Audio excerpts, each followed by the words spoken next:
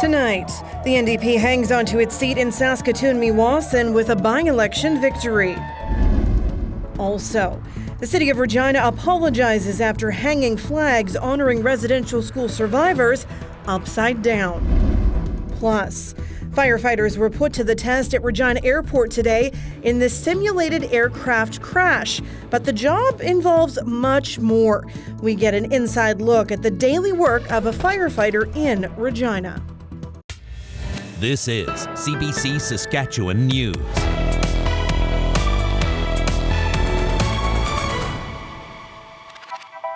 It is Tuesday, September 27th, and the CBC Saskatchewan News starts right now. Good evening and thanks for watching. The NDP held on to the seat in Saskatoon Meewasin last night. Nathaniel Teed is the party's newest MLA with a comfortable win over the Saskatchewan Party. As Adam Hunter reports, other candidates on the ballot didn't make an impact. The MLA for Saskatoon Meewasin. Nathaniel Teed soaked in a warm welcome from party supporters in Saskatoon last night. Teed received 57% of the vote, 20 points ahead of the Saskatchewan Party's Kim Groff. The people of this riding want better than what they are getting from this Sask Party government. That's right. And tonight we made that clear. Healthcare, education, affordability, whatever the challenge, we're ready to do the work. Teed thanked his predecessor in Saskatoon Meewasin, Ryan Miley, for his support in the campaign. The NDP's new leader, Carla Beck, says the election win is just a first step. This by-election is important, but we are going to continue to do the hard work that we need to do to keep building, keep connecting with people right across this province, and keep building towards 2024. Political analysts say the margin of victory was bigger than most expected. The ground game of the NDP, they got their vote out. They almost matched Miley's vote from his by-election.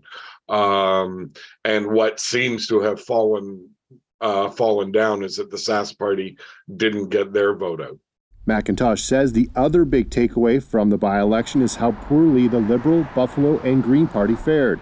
So vote splitting was not an issue. The three small candidates got a grand total of 6% of the vote.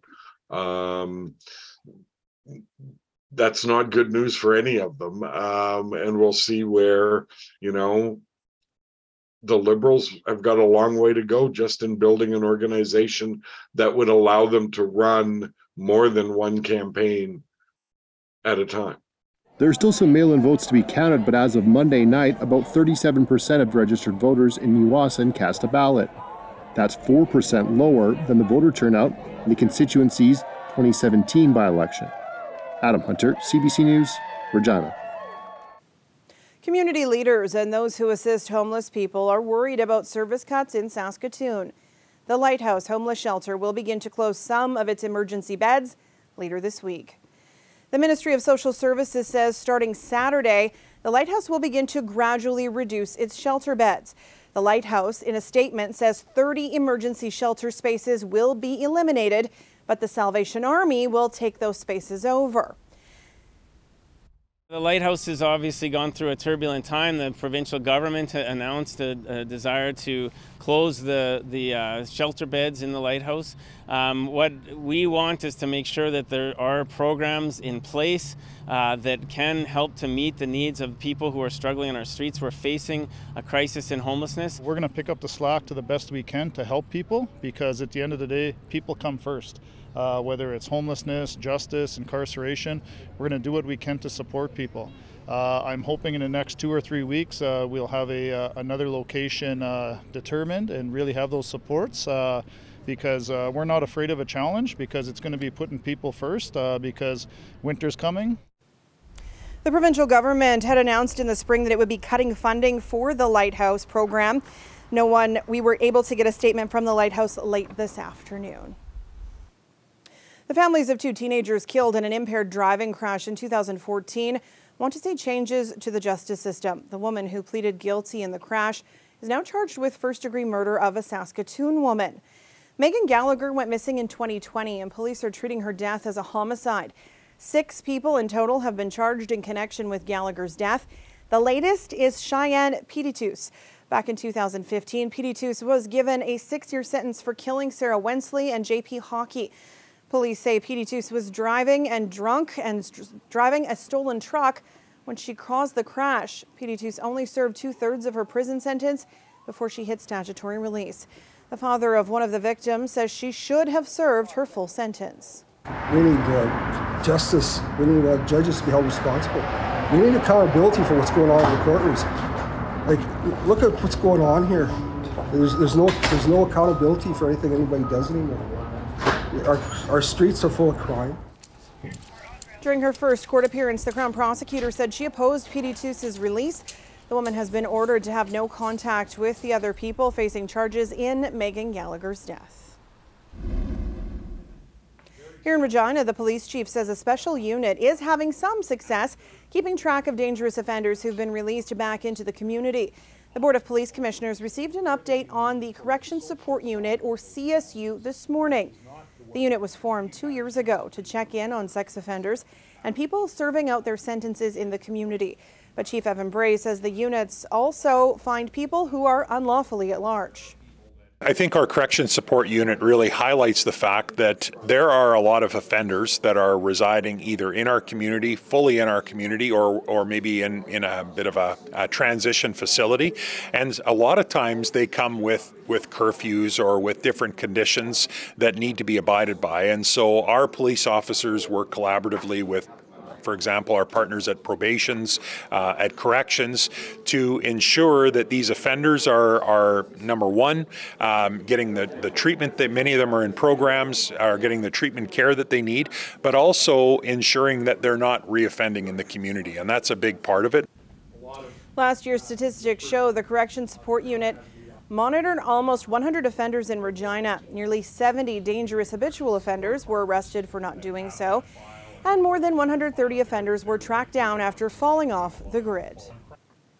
The city of Regina has issued an apology after flags meant to honor residential school survivors were hung upside down. The orange survivors flags were hung on flagpoles along Albert Street Bridge to mark the National Day for Truth and Reconciliation. They're meant to honor people and communities affected by residential schools, but some were hanging upside down.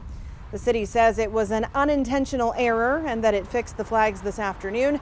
In a statement, the city said it understands that it is, quote, deeply disrespectful to fly inverted flags and sincerely apologize to all those who have been offended. A couple weeks ago, the Saskatchewan Roughriders, despite their struggles, had a playoff spot all but locked up. That is until they went and lost to the Edmonton Elks. Now, with 4 games left, 3 against 2 of the top teams in the CFL, suddenly a postseason berth is not so certain, but help is on the way. The last time we saw veteran center Dan Clark, he was being carted off the field in Edmonton back in week 2. He had suffered a broken fibula and shifted ankle bone. Without him, the Riders lost 8 of their next 12, and the offense has surrendered a league-leading 59 sacks. Clark could be in the lineup this week against the Bombers, with that cart ride in Edmonton still fresh in his mind. I broke my leg. Really, at that point, that's all I was thinking about. It took about 45 minutes of a pity party between the 2 days that I had, and I don't know if I can come back from this, I'm too old, but what crept into my mind was I survived the car accident and being ejected from that, so a broken leg ain't nothing. So having that mental mindset to be able to, overcome all situations and just be able to be back out there for my boys. It's exciting to have your center back, a guy I've played a lot of football games with and a guy that I love to death and will continue to go to battle with because I know he's got my back and I got his back. The Riders play in Winnipeg Friday night. They follow that with a crucial game in Hamilton the following Friday. The Ticats are the team the Riders will need to hold off to claim an Eastern crossover playoff spot. Little speaking.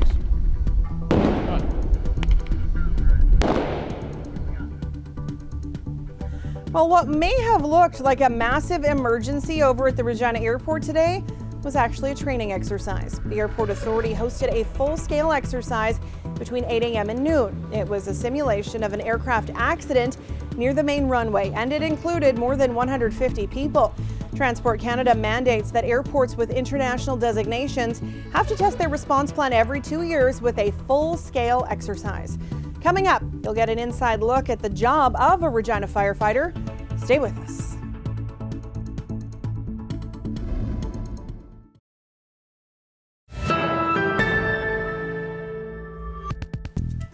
Welcome back.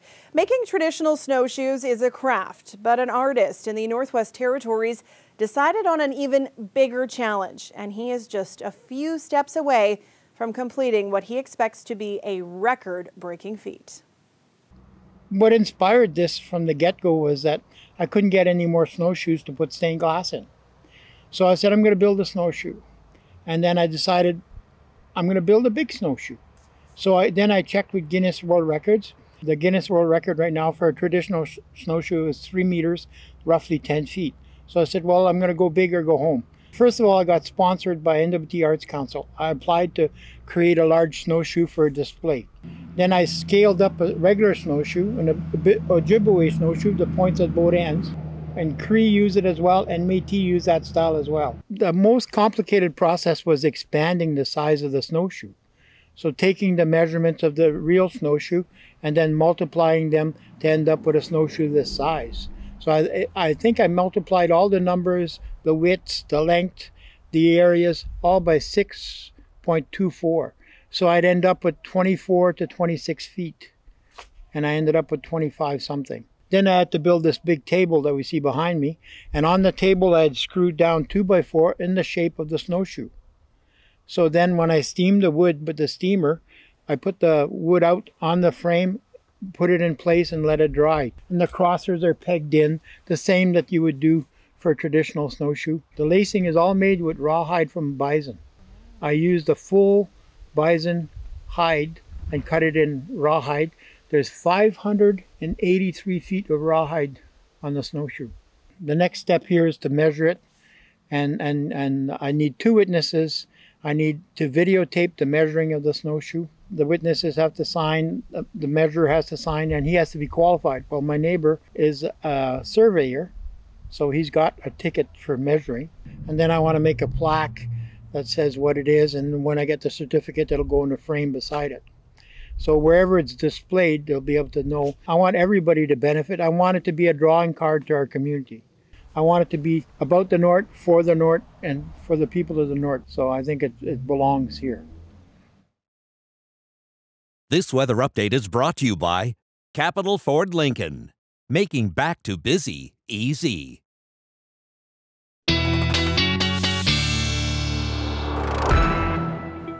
And our weather specialist, Ethan Williams, joins me now. What an amazing project that snowshoe is, but we are a long way, fingers crossed, from needing anything to do with snow. I can confirm that, but you know, with the amount of snow that we get, Sam, I think we're going to need snowshoes that big to get... Make another one. Yeah, a couple of those. Can you send those down? Make another one for us, please.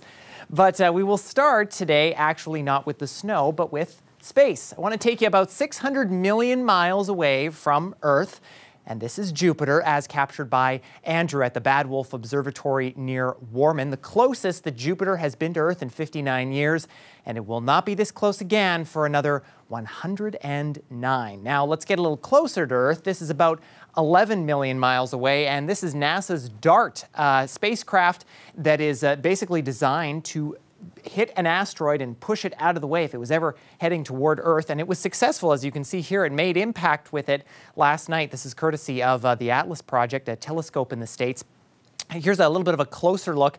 And this is speeding at around, 22,000 kilometers an hour or so, give or take a few kilometers an hour, though. It's going to be a few days, maybe up to a month, to know if that spacecraft ended up pushing that asteroid off course. So we will wait and see. Now, let's go from 11 million miles away to the surface of the Earth right now, and it's looking quite nice across Saskatchewan today. We're looking at quite a temperature spread, actually, between the western side and the eastern side of the province. Over 10 degrees. It's 28 right now in Leader, just 16 in Yorkton. Central areas of the province actually looking kind of in between that, and not too bad. Most of us at or well above average, especially in the southwest for this time of year. Low pressure system in Alberta is pushing some showers through west central Saskatchewan at this time. They were thunderstorms storms in Alberta a little earlier this afternoon, but we have the lightning overlay on now, and it doesn't look like there are any storms at the moment, but there could be some thunderstorms in this part of the province this evening as part of this system. Now, wind gusts, it's been a very busy day wind-wise, very gusty day